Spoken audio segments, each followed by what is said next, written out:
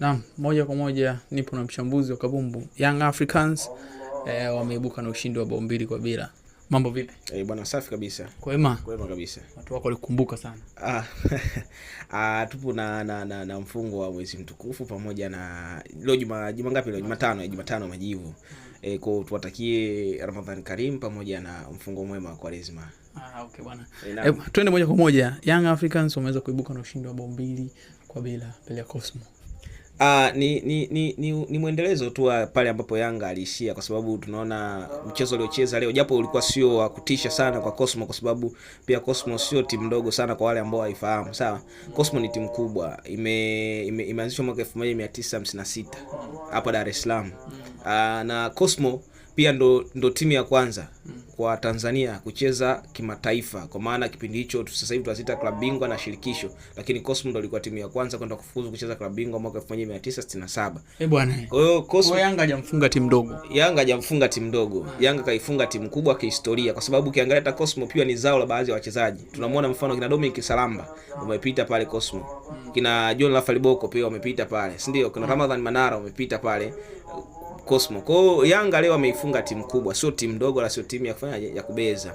Kiufundi pia tukiangalia kwamba Yanga leo hawajacheza katika kiwango kikubwa sana cha kutisha. Wamecheza katika kiwango cha kawaida sana. Sijajua hofu yao kubwa ni nini. Huenda labda wanajiandaa na mashindano mengine ya ligi, kwa sababu pia ligi iko mbele, kwa sababu ni CRDB, ni kombe la shirikisho, au huenda labda wanaweka nguvu zaidi kwa ajili ya kwenda fanya kuiendea dabi ya Kariakoo.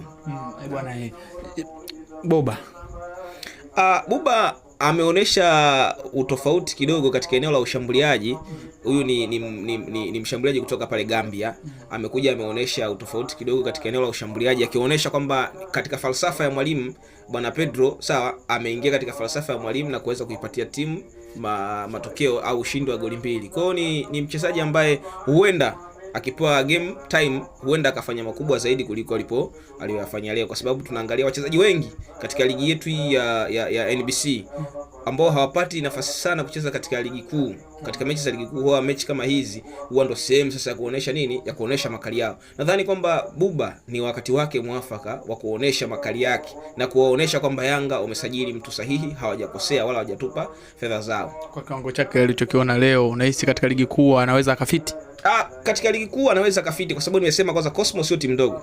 Sasa hivi makazi yao wamehamisha hapa Dar es Salaam, wako Jamhuri Morogoro pale. Kwa hivyo lakini Cosmo ni timu kubwa. Kwa hiyo unaweza kaona kwamba mzani wa Cosmo sio mdogo, kwa sababu Cosmo msimu wa huu wa 2025 2026 anaenda kucheza championship, ambapo alimtoa Stand United wa Naili kule. Sawa, alimtoa Stand United katika finali, ndio anaenda kucheza ni championship. Nadhani championship league, timu ambazo zipo championship sio ligi ambazo zina mzani mdogo sana, siwezi kukaribiana kina Mtibwa, zikakaribiana kina Namungo. Kwa nadhani kuna ladha ambayo pia hata yeye ameionja kwamba huenda nikipata nafasi ya kucheza ligi kuu nitakutana kina Mtibwa, nitakutana kina Namungo, nitakutana kina JKT. Kwa hiyo akatakutana na mzani ambao unaendana na Cosmo. Na huenda tunaweza kumtarajia Cosmo msimu ujao 2026-27 tukamwona NBC Premier League. Kwa hiyo ameonyesha na uwezo wake kwa kulingana na namna ambavyo amepata nafasi ya kucheza. Kwa jinsi tulivyomwona Yanga na jana, unadhani ulimuona Simba vizuri sana, wataenda kukutana tarehe moja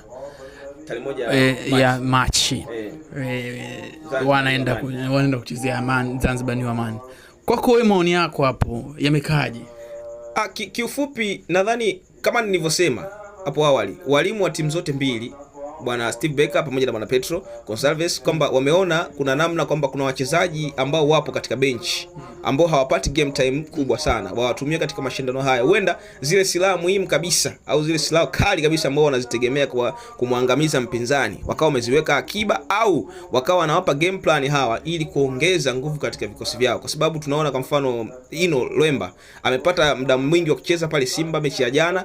Tunaona kila Bwana Semfuko japo hakuwa na game nzuri sana kwa kiufundi ukimwangalia, sawa, lakini amepata muda mwingi sana wa kucheza, ili mradi basi tunapofika labda kwenye tarehe moja match, hao wachezaji watakuwa wamepata exposure kubwa na experience kubwa kiasi kwamba wanaweza kufanya improvisation ya mechi na wakaanza kuamua matokeo mazuri zaidi. Pia vivyo hivyo kwa Yanga, tunaona Yanga hajaenda na machaguo makubwa sana ya kikosi cha kwanza. Baadhi ameenda na amesort out wachezaji wachache, ameenda na wachezaji baadhi kiasi kwamba anatunza zile dhana au zile asset muhimu zaidi ambazo anaamini kwamba huenda zikani silaha zitakazokwenda kumwadhibu mpinzani. Bwana, kwa unahisi Simba na Yanga wakikutana, nani unampa asilimia kubwa? Kwanza hii itakuwa ni mechi ya kihistoria kwa sababu Yanga hatotamani kupoteza kile ambacho amefanya muendelezo kwa Simba. Tunaona mara ya mwisho kabisa Yanga amemfunga Simba Sports Club, sawa? Kwa hiyo nadhani huu ni muendelezo mzuri ambao Yanga hatutaka kuupoteza. Na Simba pia anafungwa hii, akikubali kufungwa atakuwa ni mara 7 mfululizo.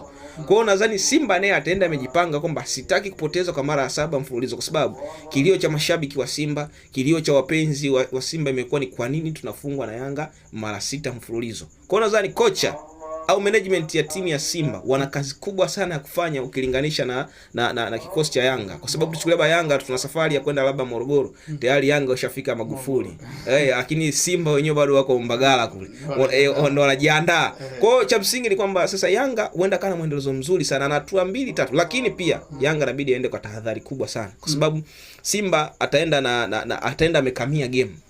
Lakini pia atakapokamia game huenda sasa akaenda kushambulia kwa asilimia kubwa zaidi, akaruhusu magoli mengi zaidi. Kwa hiyo huenda kamletea shida. Kwa hiyo yote yanawezekana, kwa sababu tunaangalia Yanga sio kwamba wameporomoka sana katika ubora. Bado wana wachezaji ambao wana ubora, kina Pacome tunaona, kina Damaro Kamara wapo pale wameongezeka katika kikosi. Tunaona kina nani forward mpya alikuja pale Yanga. Tunaona amefunga karibu mechi 4 zote mfululizo. Depo.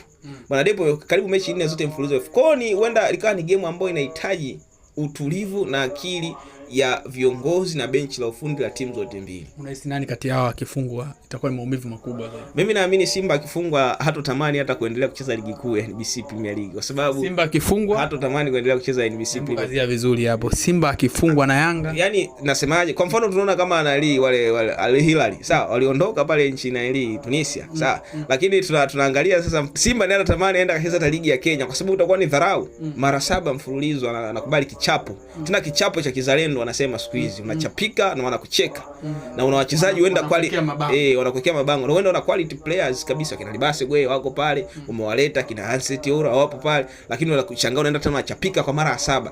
Kwa hiyo kuna namna kwamba labda Simba wamalizane tofauti, tuna mganga wao, maisha mengine yanaendelea. Kuna mtu mmoja alisema bwana Yanga kupeleka mechi Zanzibar ni kuwamaliza Simba kisaikolojia. Simba sio mgeni, mechi nyingi wanapata ushindi. Simba sio mgeni wa New Amani Complex, naamini hilo. Kwa hiyo ni nadhani wanasemaga mchagua jembe sio mkulima. Simba analima popote. Kwa hiyo nadhani Simba tu inabidi waende na heshima kwamba Yanga ametufunga mechi 6 mfululizo. Tunaenda kutafuta nini? Hii tusifungwe tena. Tena Simba hataki kwenda kutafuta sare. Kwa hiyo uwanja hauwezi kuwa kikwazo kikubwa, kwa sababu zote tupo katika ardhi ya Tanzania.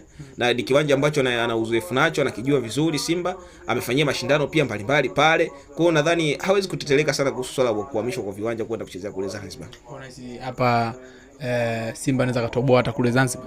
Simba anatoboa, anaweza katoboa, na nampa priority kubwa, kwa sababu nimesema kwamba Simba atatumia nguvu kubwa sana kuhakikisha hafungwi mara 7 kama ilivyokuwa kwa Yanga. Yanga huenda akatumia potential ndogo sana kwenda kulinda kile ambacho tayari amekipata au ana muendelezo nacho, lakini Simba ana kazi kubwa sana ya kuhakikisha kwamba kile alichokipoteza hakipotezi tena, kwa sababu tunaangalia Simba ameshafungwa na Azam, anazidiwa na Yanga pointi 1.